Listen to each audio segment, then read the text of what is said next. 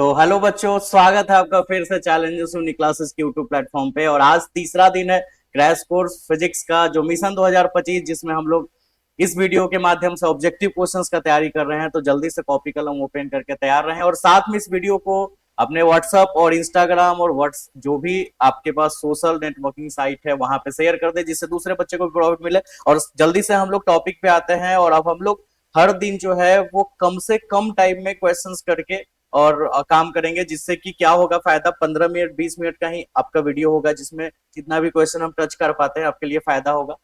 इस क्योंकि आपको सारे सब्जेक्ट पे तो ध्यान देना है ना, तो सारे सब्जेक्ट को पढ़ने के लिए आपको थोड़ा थोड़ा टाइम सब पे देना है। तो इसलिए वीडियो का जो लेंथ होगा वो लंबा ज्यादा नहीं होगा, थोड़ा शॉर्ट ही होगा। चलो फिलहाल शुरुआत करते हैं। आज का जो कल हम लोगों ने 30 तक क्वेश्चंस किया था। आज जो क्वेश्चंस है क्वेश्चंस नंबर 31। 31 क्वेश्चंस क्या है कि संबंध, ठीक है, संबंध Q बराबर एनी में से निम्नलिखित में कौन सा n का मान संभव नहीं है। मतलब क्वेश्चंस क्या कह रहा है कि आपके पास Q equal to small q लिखा है इसने, तो स्मॉल q कैपिटल Q भी, Q एक आवेश हो गया और n e, जहां ये Q जो है बाबू वो आवेश है, विद्युत आवेश। और E जो है वो एक इलेक्ट्रॉन पर आवेश होता है। एक इलेक्ट्रॉन पर आवेश का मान, एक इलेक्ट्रॉन पर आवेश, और एक इलेक्ट्रॉन पर आवेश होता कितना है, तो 1.6 इंटू 10⁻⁻19 कूलम, ये एक इलेक्ट्रॉन पे आवेश होता है। तो इसमें n का मान, और n क्या होता है, ठीक है, n एक इंटीजर होता है यहाँ पे, पूर्णांक। तो n का इसमें से कौन सा मान संभव है, ठीक है। तो देखिए, कोई भी एक पदार्थ ले लो, ठीक है, उसमें इलेक्ट्रॉन की संख्या कितनी हो सकती है, ठीक है। इलेक्ट्रॉन की संख्या 1 हो सकती है, इलेक्ट्रॉन की संख्या 2 हो सकती है, इलेक्ट्रॉन की संख्या 3 हो सकती है, इलेक्ट्रॉन की संख्या 4 हो सकती है, 5 हो सकती है, इलेक्ट्रॉन की संख्या 6 7 8। कभी भी इलेक्ट्रॉन की संख्या 1.5 थोड़े हो सकती है। आपके पास कितनी कलम है, तो आपके पास एक कलम हो सकता है, दो कलम हो सकता है। अब 1.5 कलम, ऐसा थोड़े कलम को आधा तोड़ दो और बोलो कि मेरे पास 1.5 कलम बचा है, नहीं, ऐसा नहीं है। तो हमारे पास जब भी होगा काउंटिंग जो होगा वो हम लोग नेचुरल नंबर के रूप में 1 2 3 4 5 करेंगे।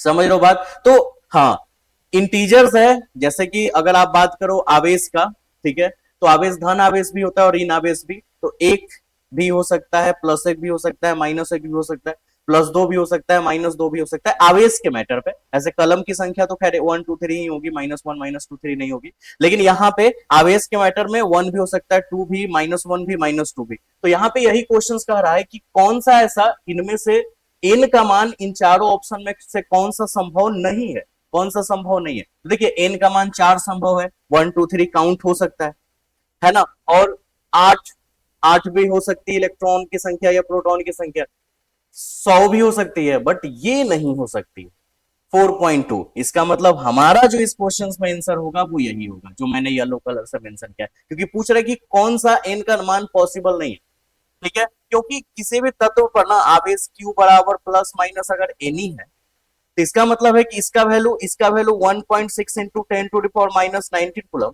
तो n का मान या तो 1 होना चाहिए, या 2 होना चाहिए, या 3 होना चाहिए। प्लस माइनस तो आगे लगा रह सकता है धनावेश और ऋणावेश के कारण। 1 2 3 4 5 6 7 8 9 कुछ भी हो सकती है, डेसिमल में वैल्यू नहीं हो सकती है। तो आंसर 4 पॉइंट, ठीक है, समझ में आया। सेकंड क्वेश्चन में चलते हैं हम लोग आज का।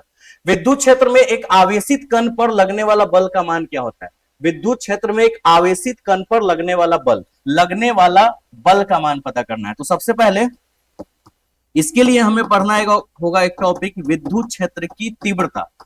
विद्युत क्षेत्र की तीव्रता, विद्युत क्षेत्र की तीव्रता ई से सूचित करते हैं। और विद्युत क्षेत्र की तीव्रता होती थी विद्युत बल बटा परीक्षण आवेश।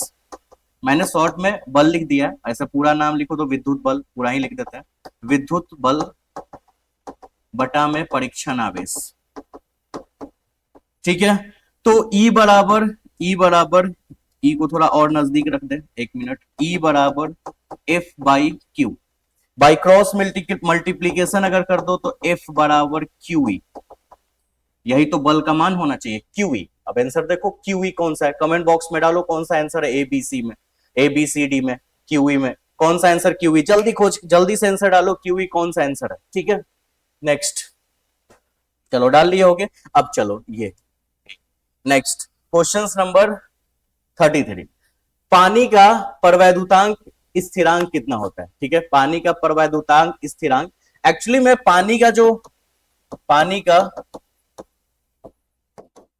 परवैद्युतांक स्थिरांक जो होता है वो 79.4 होती है, ठीक है, at 25 degree celsius, 25 degree celsius तापमान पे 79.4 होती है, ठीक है।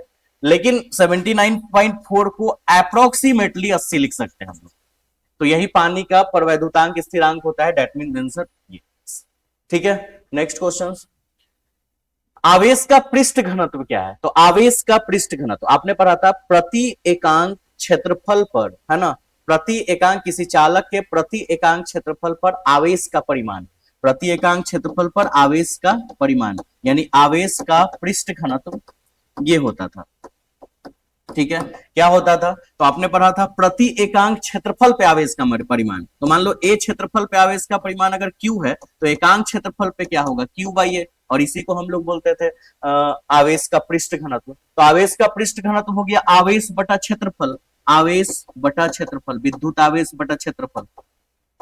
तो आवेश बटा क्षेत्रफल आप देख लीजिए कहां पे है, आवेश बटा क्षेत्रफल, है ना।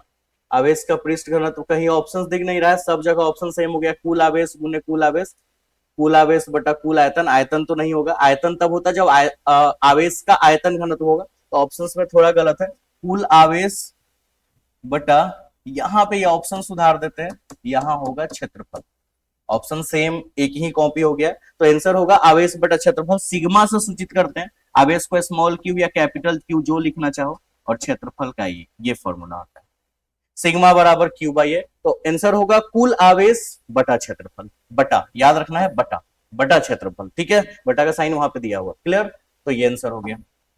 नेक्स्ट क्वेश्चंस में चले, क्वेश्चंस नंबर 34 के बाद 35, और क्वेश्चन से किसी माध्यम की आपेक्षिक परावैद्युतता क्या होती है?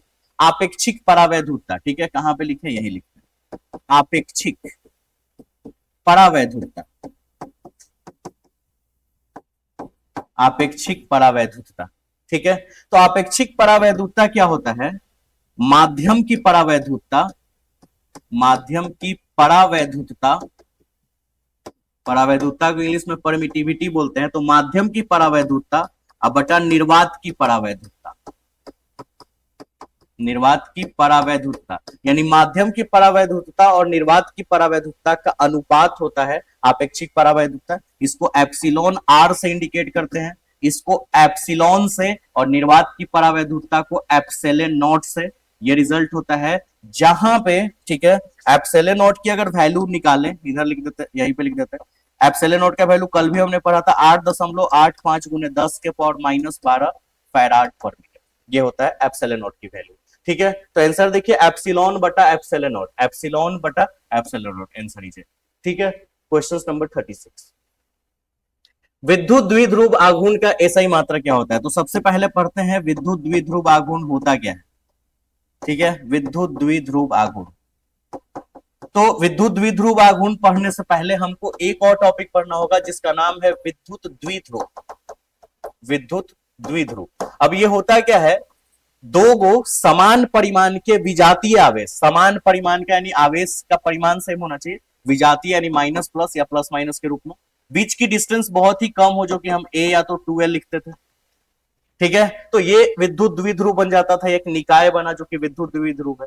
और इसी में से किसी एक आवेश का परिमाण ले लीजिए, किसी भी एक आवेश का परिमाण, क्योंकि दोनों आवेश का परिमाण तो सेम ही है, खाली प्लस माइनस का अंतर है, विजातीय है वो, तो आवेश का परिमाण अगुना आवेशों के बीच की दूरी, या सीधा बोल सकते हैं कि विद्युत द्विध्रुव की लंबाई, यह लंबाई हुआ ना विद्युत द्विध्रुव का, विद्युत द्विध्रुव की लंबाई। तो बताइए कि आवेश का परिमाण, तो आवेश का ऐसा ही मात्रक कूलम, और विद्युत द्विध्रुव की लंबाई, लंबाई का ऐसा ही मात्रक मीटर, तो answer is coulomb metre, coulomb metre, answer is, this is not a centimetre, this is a coulomb metre. अगर सेंटीमीटर होगा तो स्मॉल सी और स्मॉल एम से रिप्रेजेंट करेंगे, ये सेंटीमीटर, बड़ा सी लिखा है इसका मतलब वो कूलम्ब का साइन है, ठीक है ना, याद रखिएगा ये कूलम मीटर। चलिए नेक्स्ट, अगला क्वेश्चन है निम्नलिखित में से कौन सा संबंध सही है? और चारों ऑप्शन देख के ये लग रहा है कि विद्युत क्षेत्र की तीव्रता का मान पूछ रहा है, ई यानी विद्युत क्षेत्र की तीव्रता, तो आपने पढ़ाई है विद्युत क्षेत्र की तीव्रता बराबर बल बटा परीक्षण आवेश, है ना, विद्युत क्षेत्र की तीव्रता क्या, बल बटा परीक्षण आवेश, विद्युत क्षेत्र की तीव्रता बराबर आरोपित जो विद्युत बल लग रहा है वो और परीक्षण आवेश। तो बताइए विद्युत क्षेत्र की तीव्रता E, बल F और परीक्षण आवेश Q, तो E बराबर F बाई क्यू, ये आंसर होना चाहिए। E बराबर F बाई क्यू, ये आंसर। ठीक है, नेक्स्ट 1/4 पाई एप्सिलॉन नॉट की वैल्यू कितनी होती है? हालांकि आपको पता ही है ये 1/4 पाई एप्सिलॉन नॉट का वैल्यू 9 गुने 10 के पावर 9 न्यूटन मीटर स्क्वायर पर कूलम्ब स्क्वायर होता है। और ऐसा क्यों? देखो 1/4 पाई में पाई का वैल्यू 3.14, एप्सिलॉन नॉट की वैल्यू आपको पता है 8.85 गुने 10 के पावर -12। इन सब वैल्यू को अगर आप सॉल्व करोगे ये रिजल्ट आएगा 9 गुना 10, 9 गुने 10 के पावर 9 न्यूटन मीटर स्क्वायर पर कूलम्ब स्क्वायर। तो आंसर देखिए न्यूटन मीटर स्क्वायर पर कूलम्ब स्क्वायर, ये 9 गुने 10 के पावर 9 न्यूटन मीटर स्क्वायर। हालांकि मीटर स्क्वायर होगा ऊपर, गलती से वो नीचे रह गया, न्यूटन मीटर स्क्वायर पर कूलम्ब स्क्वायर। ठीक है, नेक्स्ट 39 विद्युत फ्लक्स का ऐसा ही मात्रा क्या होता है? तो आपने विद्युत फ्लक्स बराबर आपने क्या पढ़ा? ठीक है, तो ये फॉर्मूला था E इंटू डी ए, ऐसे डॉट प्रोडक्ट के रूप में होता था, तोड़ के ये रिजल्ट लाते थे E इंटू ए, पूरा सेक्शन ब्रेक करके, पूरा मैंने नहीं बनाया, डायरेक्टली एक रिजल्ट दे रहा है E इंटू ए, यानी विद्युत क्षेत्र की तीव्रता, विद्युत क्षेत्र की तीव्रता न्यूटन पर कूलम ऐसा ही मात्रक होता है और मीटर स्क्वायर। तो एक तो रिजल्ट ये हो गया न्यूटन पर कूलम मीटर स्क्वायर, ये एक आंसर होता है। इसके अलावा एक और बात, विद्युत क्षेत्र की तीव्रता का एक और ऐसा ही मात्रक होता है, और वो क्या? वोल्ट पर मीटर। विद्युत क्षेत्र की तीव्रता का न्यूटन पर कूलम और वोल्ट पर मीटर भी होता है, और क्षेत्रफल का मीटर स्क्वायर, तो वोल्ट का वोल्ट रह गया और ये दोनों मिलके मीटर बन गया। तो ये भी विद्युत फ्लक्स का ऐसा ही मात्रक न्यूटन पर कूलम मीटर स्क्वायर भी हो सकता है, मीटर स्क्वायर आगे भी लिख सकते हैं, न्यूटन मीटर स्क्वायर पर कूलम, या फिर वोल्ट मीटर हो सकता है। यहां पे ऑप्शन के अकॉर्डिंग वोल्ट मीटर, तो आंसर बताओ ये सी। ठीक है, मजा आया। नेक्स्ट 11 और लास्ट क्वेश्चन आज के लिए, बहुत कम टाइम का अब हम लोग क्वेश्चन करेंगे, जिसमें क्वेश्चन 10 के अप्रोक्सीमेटली क्वेश्चन होगा, कम टाइम होगा, बाकी सब्जेक्ट पे भी आप ध्यान दे पाएंगे। क्योंकि वीडियो क्या हो रहा है कि अगर एक दिन बीच करके फिर बनाना पड़ रहा है वीडियो, तो ऐसे लगातार मैथ्स और फिजिक्स दोनों चलते रहेंगे। तो किसी बिंदु पर विद्युत क्षेत्र की तीव्रता क्या होती है? किसी बिंदु पर विद्युत क्षेत्र की तीव्रता, तो अभी तो फॉर्मूला पढ़े, ई बराबर विद्युत क्षेत्र की तीव्रता क्या होती है? तो बल बटा परीक्षण आवेश, तो E बराबर F बटे क्यू। देखो कौन सा आंसर है, E बराबर F क्यू, जल्दी से कमेंट बॉक्स में डालो आंसर कौन सा है, जल्दी से हम तुम्हारा वेट कर रहे हैं कमेंट बॉक्स में क्या आंसर है। ठीक है, वीडियो तो जरूर प्रीमियर होता है, लेकिन हम देखते रहते हैं कि कौन कौन बच्चे कमेंट कर रहे हैं या नहीं, क्योंकि उस समय हम भी वीडियो वॉच करते रहते हैं जब आप वॉच करते रहते हो। तो जरूर आप कमेंट्स बॉक्स में अपना कमेंट डालें, इतनी मेहनत हम आपके लिए कर रहे हैं, रिजल्ट तो आपका बेहतर होगा ही, लेकिन साथ में आप सपोर्ट भी करें, वीडियो के लिंक को जहां हो सके शेयर करें, और खास करके अपने व्हाट्सएप स्टेटस में जरूर से करें, शेयर करें। ठीक है, आंसर आपने डाल दिया होगा, आंसर E बराबर F बाई क्यू। तो आज के लिए फिलहाल इतना ही, अपना ख्याल रखिए और खूब पढ़े और खूब बेहतर रिजल्ट लेके मिलते हैं नेक्स्ट क्लास में।